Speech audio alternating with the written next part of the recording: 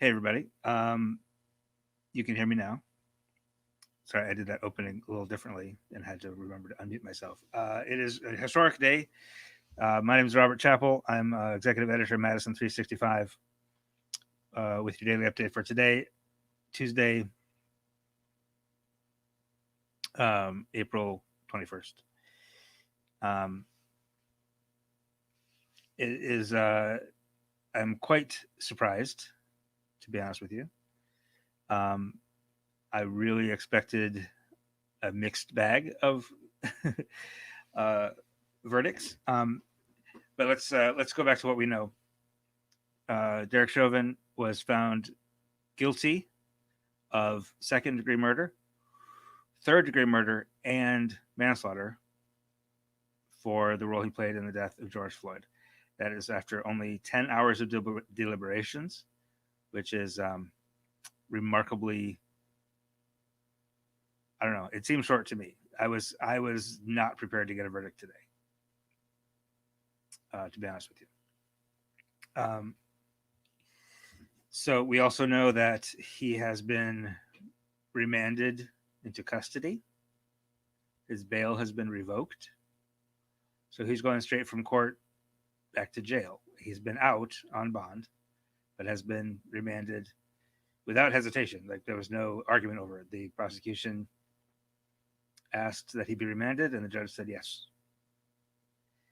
Sentencing will take place 8 weeks from now. So he'll be held in custody for at least that long, or for that, until sentencing, and then the sentence will be handed down.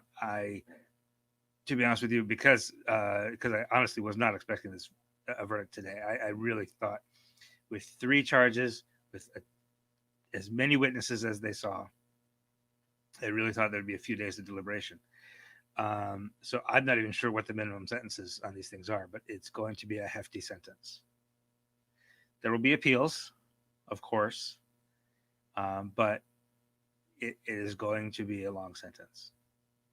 There's just no doubt about that. It is going to be a lengthy prison sentence for Derek Chauvin. Uh, and you can start to hear, I was just watching it on CNN just now, you can start to hear jubilation in the streets of Minneapolis. And I will be very interested to see what happens. I know when when we heard that there was a verdict, I said to Stephanie, to my wife, and who does all of our data as well, uh, that I might have to go downtown and cover some protests. Um, and I might go downtown anyway. I would imagine there will be some sort of demonstration. Certainly in Minneapolis, there may be a demonstration in Madison. It'll be a very different mood than it would have been had there been an acquittal. But we know that the the charges, the way they were listed, did not necessarily require the jury to find that Derek Chauvin intended for George Floyd to die, just that it was um, negligent enough that he obviously intended harm that led to his death. And that's what they found him guilty of. Uh, and I'm interested in your thoughts. I spoke with Michael Johnson just a minute ago from the Boys and Girls Club. He sort of convened a lot of Madison's Black leadership. Ruben Anthony Urban League, Corey from the Black Men's Coalition, the police chief of Madison is at the Boys and Girls Club downtown office right now, and I'm expecting to hear from them some more. But I talked to Michael, and he was in tears, just with relief and understanding that people might be want to come out and demonstrate and protest the fact that this conviction doesn't change the whole system that people have been protesting against. Um, but he was, his sentiment. I'm going to write this up as a local reaction story. So later tonight or early in the morning, you'll get some local reactions to this verdict. But his thing was, you just don't expect to for things to go your way sometimes.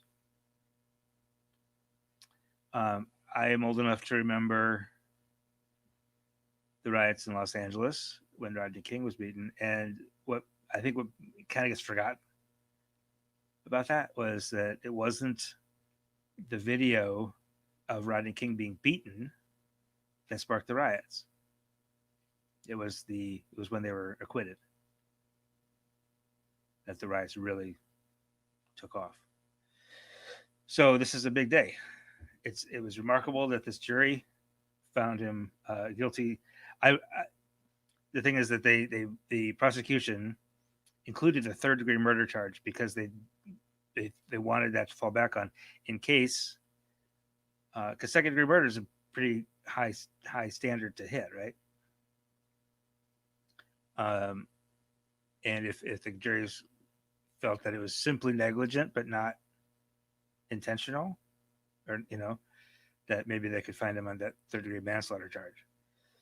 I really expected him to be acquitted of murder and convicted of manslaughter, and so I am quite surprised at this unanimous verdict of guilty on all counts. Really remarkable, really historic day. And I will have more on this. We will have national take from CNN at some point in the next little while. I will have local reaction later this evening or tomorrow morning, depending how long it takes for people to call me back. And in the meantime, we have other news to talk about. And also, if there's any demonstration tonight or whatever, I might still make it downtown to see how that goes, because it's hard to tell what's going to happen. Because I would imagine that there might be some sense of wanting to get out and celebrate a little bit, and there still might be a little bit of protest because, as somebody just said in comments, Scott said in comments, justice is more than one verdict. That's very true. Thank you, Pernisha, for this.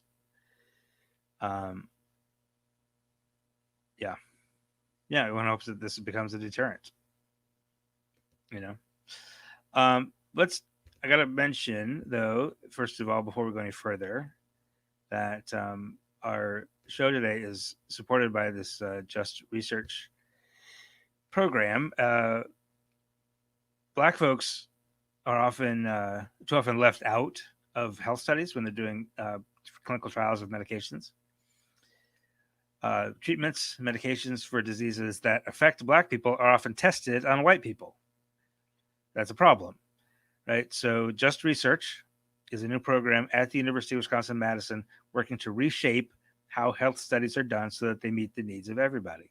To do that right now, if you are Black and age 40 or older, they're asking for your insights. It's a very short 10-minute online survey. It's been developed with consultation from Aaron Perry, Rebalanced Life Wellness Association here in Madison, as well as JP at JP Hair Design is also a partner on this project. If you're interested, you can call that number 608-709-9470 or email justresearch@ictr.wisc.edu. So what else is in the news today? We'll come back and we'll catch up on any other developments related to this verdict. How about this guy? Assembly Speaker Robin Vos put this on the on his Facebook.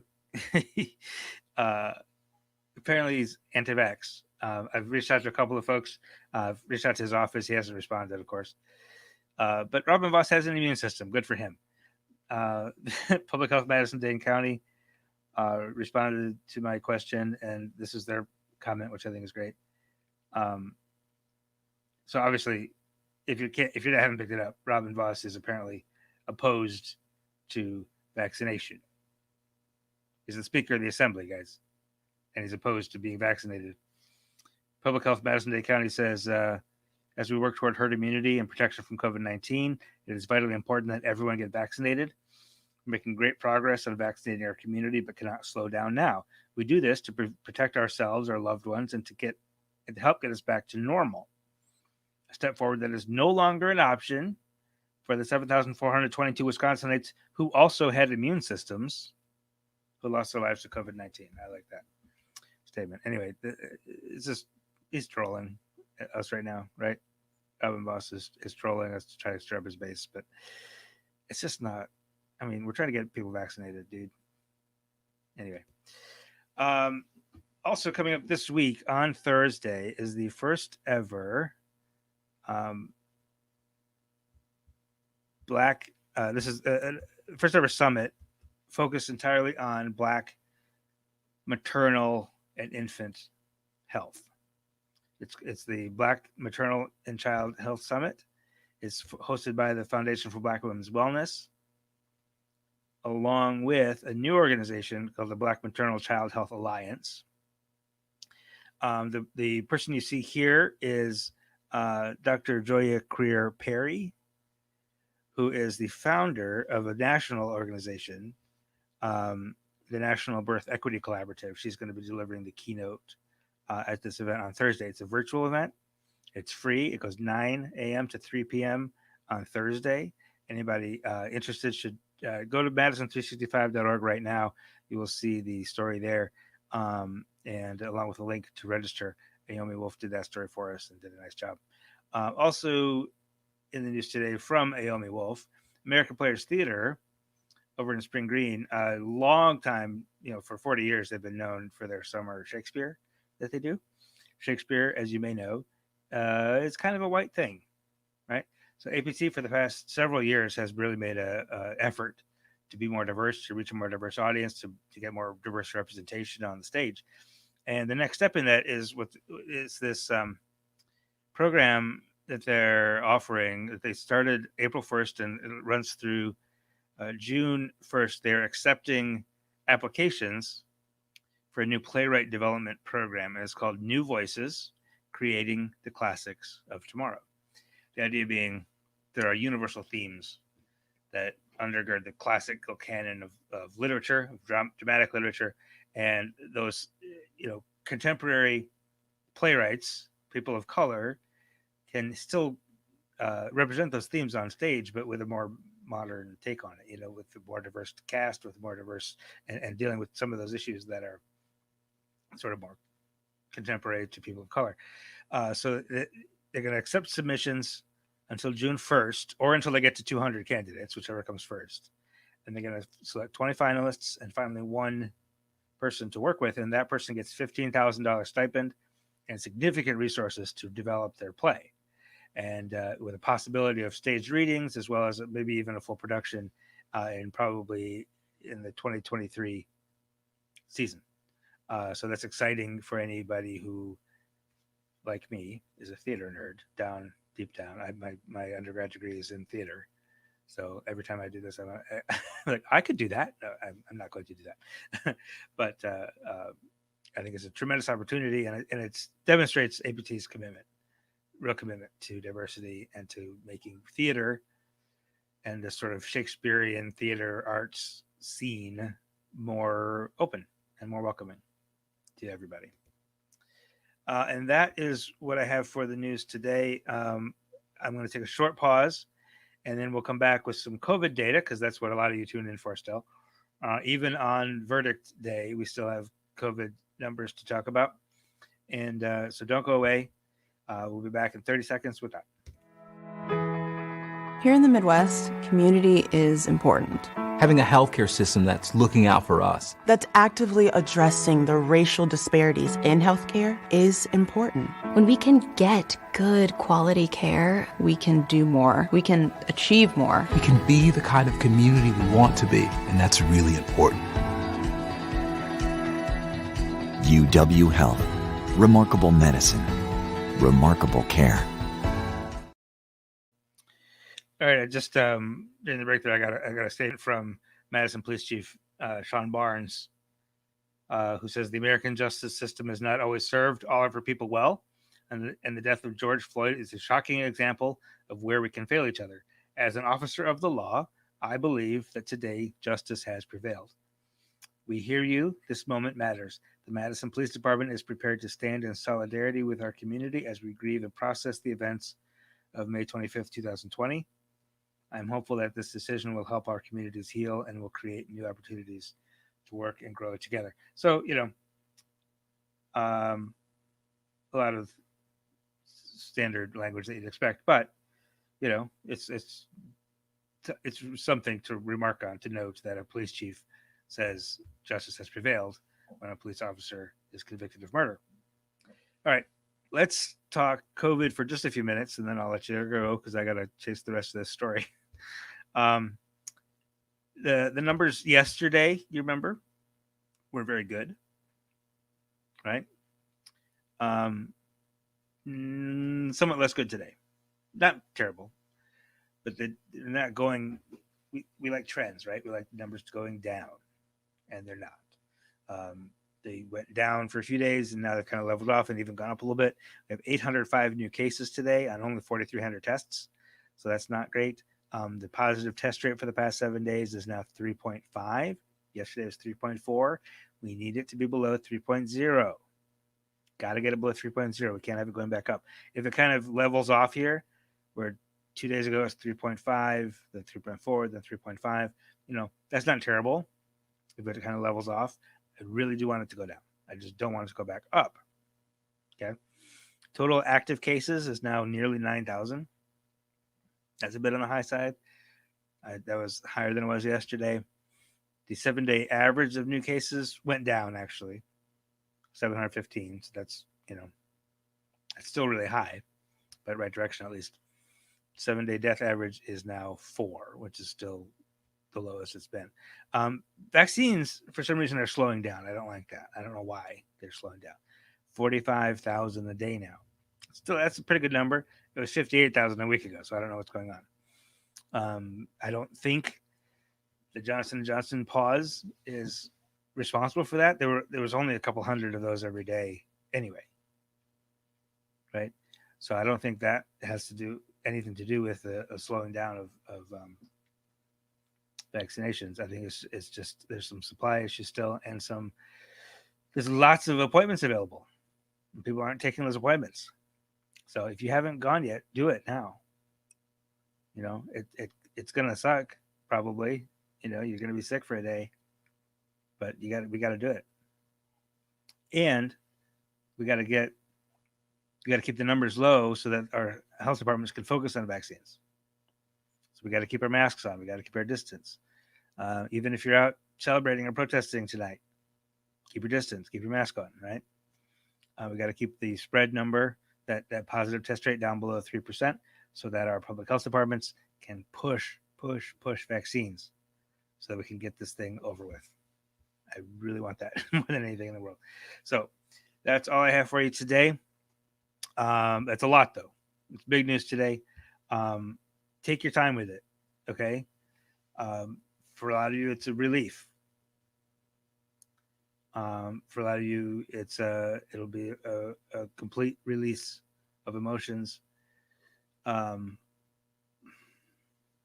it's also still traumatizing because we still got to keep talking about it. We're still going to see pictures of George Floyd. We're still going to see the video. So, it's not over, right? This trial is over, but the whole thing is not. Dante Wright was just killed a week ago. So this is going to continue to be an issue. We're going to continue covering it. And but it's okay to take a breath too. Give yourself that permission if you need to take a break from it. It's been a long year. It's been a very, very long year for us in the news business and for you as news consumers. So I will not be offended if you decide to check out and not read all the great stories I'm going to write tonight. I'm going to keep going. I'm going to jump in. I'm going to get local reaction. I'm going to get national reaction. I might head downtown and talk to some folks, but that doesn't mean you have to. And everything I produced tonight will still be there tomorrow. Will still be there next week. If you need to take a break from it, take a break from it. Okay. All right. Have a wonderful evening. Thank you for being with me today. Thanks for waiting while I was a little bit late because I was waiting for the verdict. Take good care of yourselves, and we'll see you again tomorrow. This is 365 Media.